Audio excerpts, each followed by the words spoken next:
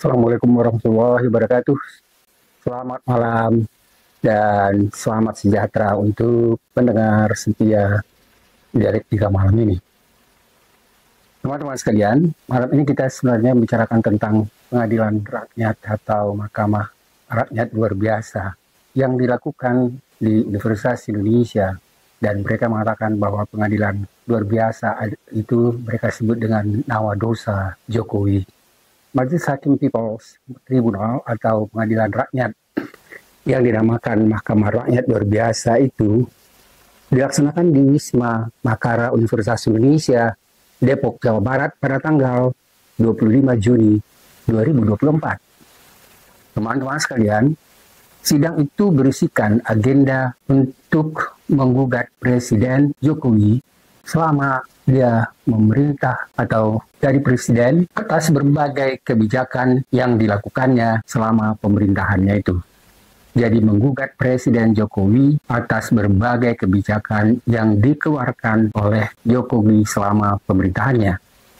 Dalam gugatan tersebut, Mahkamah Luar Biasa Rakyat menyebut bakal mengadili 9 dosa atau nawa dosa rezim Jokowi selama 10 tahun menjabat sebagai presiden. Teman-teman sekalian, sumber dari nawadosa ini saya ambil dari Tempo.co Jakarta. Mahkamah Rakyat atau People Court adalah istilah yang umumnya merujuk pada pengadilan yang didirikan oleh kelompok atau komunitas tertentu dan sering sekali sebagai respons terhadap tindakan ketidakpercayaan terhadap sistem peradilan resmi. Teman-teman sekalian, sebenarnya ini hal baru terjadi di Indonesia. Tapi di Eropa dan Amerika, konsep ini tidak ada masalah, dan ini sudah sering sekali dilakukan dalam sistem hukum modern yang diakui oleh negara, walaupun sebenarnya pengadilan itu tidak diakui atau tidak dikatakan sebagai pengadilan resmi. Namun, ada beberapa bentuk pengadilan atau tribunal alternatif yang biasanya digunakan mirip dengan semangatnya dengan pengadilan resmi yang dilakukan oleh negara. Teman-teman sekalian, sebagai alternatif yang biasa dianggap mirip dalam semangatnya, saya sebutkan misalnya ada beberapa hal yang perlu dipahami. Yang pertama adalah Tribunal Rakyat atau People Tribunal itu adalah pengadilan yang diadakan untuk mengadili atau menyelidiki dan mengekspos pelanggaran hak asasi manusia atau ketidakadilan lainnya.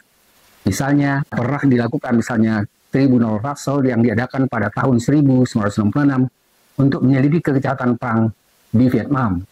Jadi teman-teman sekalian, memang sebenarnya penggunaan atau pelaksanaan tribunal ini memang belum begitu lama. Dan kalau di sini dikatakan bahwa itu dilakukan pertama sekali pada tahun 1996 untuk menyelidiki kejahatan perang di Vietnam. Ingat, Amerika Serikat melakukan dan menyerang Vietnam itu.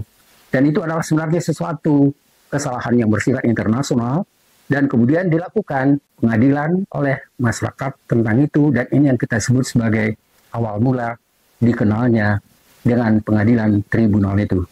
Teman-teman sekalian, ingat, ini adalah satu masalah internasional yang sebenarnya membuat Amerika kalah dalam perang Vietnam.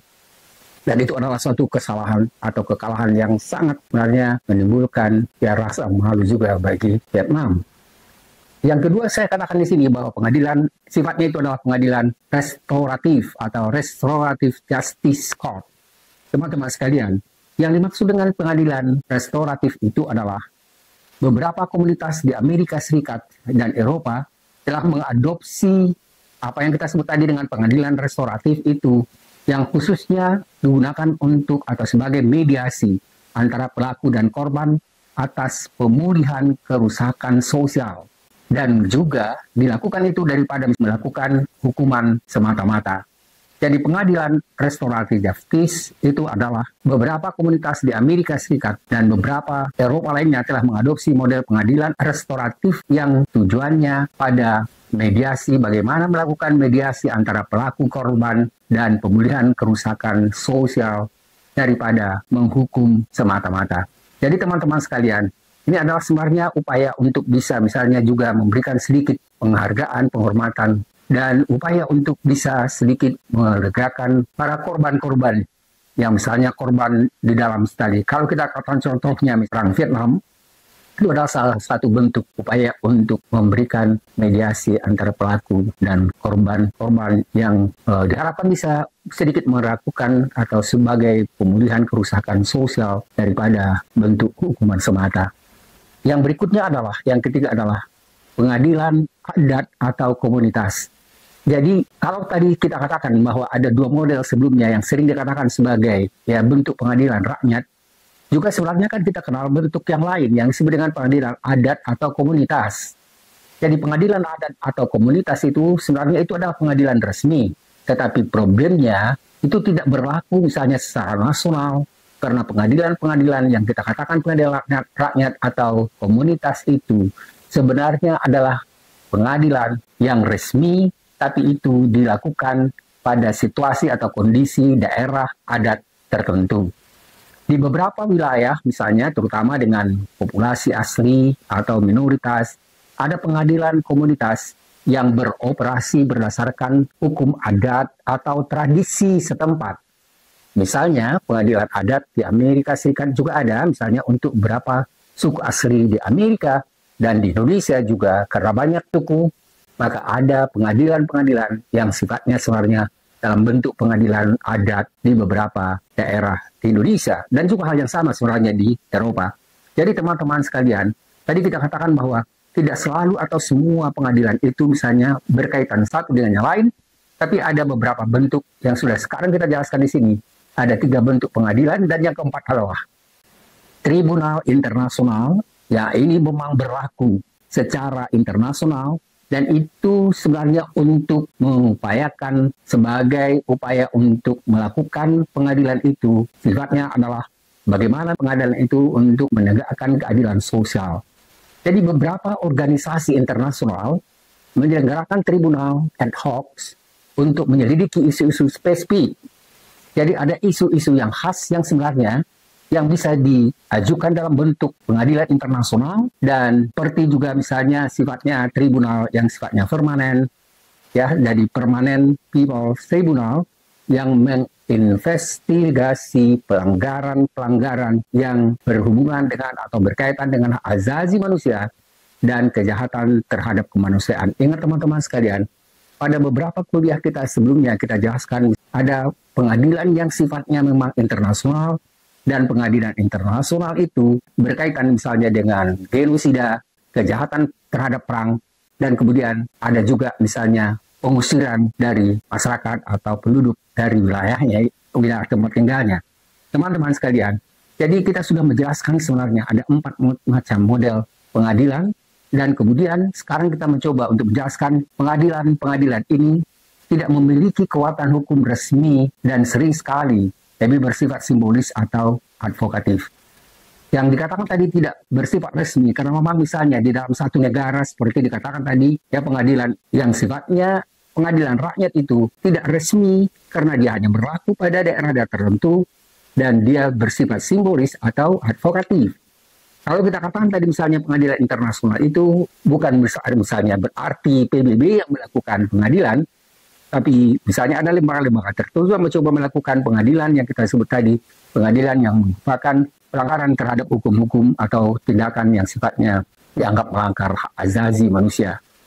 Jadi pengadilan-pengadilan yang kita bukakan ini adalah bertujuan untuk menarik perhatian terhadap masalah tertentu dan memobilisasi opini publik. Teman-teman sekalian, jadi kalau tadi kita bicarakan pada bagian awal itu adalah pengadilan terhadap apa yang disebut dengan pengadilan yang dilakukan misalnya di Universitas Indonesia, yang kita sebut tadi dengan pengadilan rakyat itu, tujuannya bukan memang menuntut supaya itu dianggap sebagai satu pengadilan yang sifatnya resmi, tapi dia lebih merupakan mobilisasi untuk opini publik bahwa memang telah terjadi pelanggaran yang selama ini tidak bisa misalnya diajukan di depan misalnya pengadilan umum, pengadilan resmi.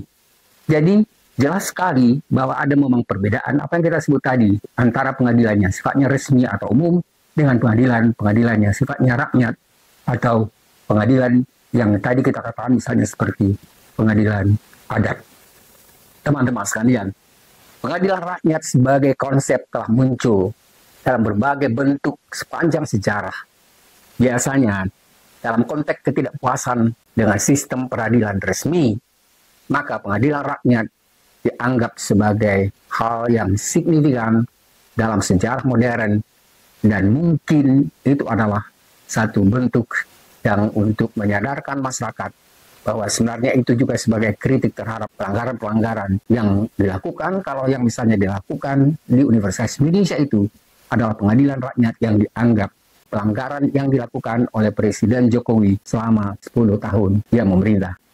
Jadi teman-teman sekalian, kita mengatakan bahwa diadakan pengadilan-pengadilan rakyat itu sebagai lebih untuk upaya untuk memahami bagaimana misalnya penilaian masyarakat tentang, ya katakanlah misalnya pelanggaran-pelanggaran yang terjadi di dalam satu negara. Kalau kita katakan tadi misalnya dengan pengadilan rakyat, maka dalam sejarah modern mungkin apa yang kita sebut tadi dengan Tribunal Russell itu adalah diadakan pada tahun 1966 sampai 1967, dan itu adalah salah satu model yang banyak sekali sebenarnya menjadi bentuk atau semangat bagi negara lain atau misalnya kelompok-kelompok lain untuk bisa melakukan apa yang kita sebut tadi dengan pengadilan rakyat, atau yang kita sebut tadi misalnya pengadilan-pengadilan yang dilakukan sebagai upaya untuk bisa membentuk opini umum.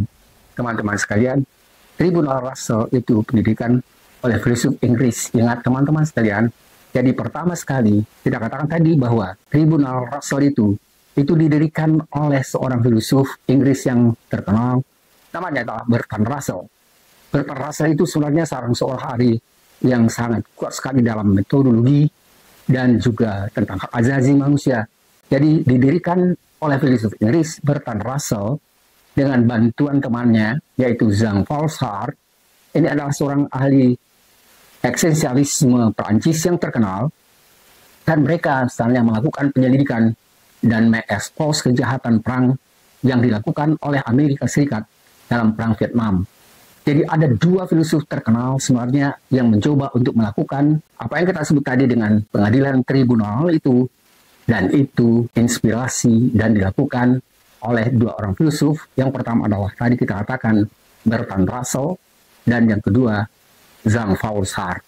Teman-teman sekalian, ini saja yang kita coba jelaskan sebagai pengantaran pemahaman umum kita tentang apa sebenarnya yang kita sebut tadi dengan pengadilan rakyat itu.